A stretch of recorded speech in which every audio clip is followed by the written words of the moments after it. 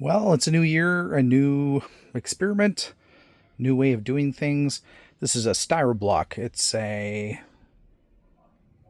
60, so there's 10 by 6.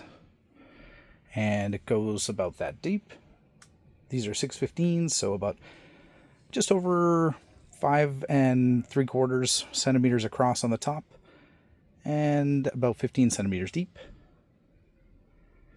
We have the Zizia aptera, the Helianthus pauciflorus subrhomboideus, Penstemon gracilis, Liatris ligustylis, Clematis occidentalis, and Geranium viscossissimum, as well as a couple of Carex bebzi.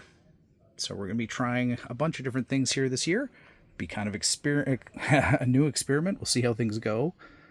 This one has to be a little wetter for the Carex.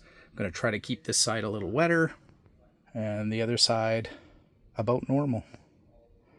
We got a peat and perlite mixture. It's done pretty well for me in the past like this. One cell did not get as filled as the others. That's what happens. We can see some of the seeds over here. Some of them are lying nicely against the soil. Some are not. Tried to position them as best you can, and sometimes it just moves because of the watering.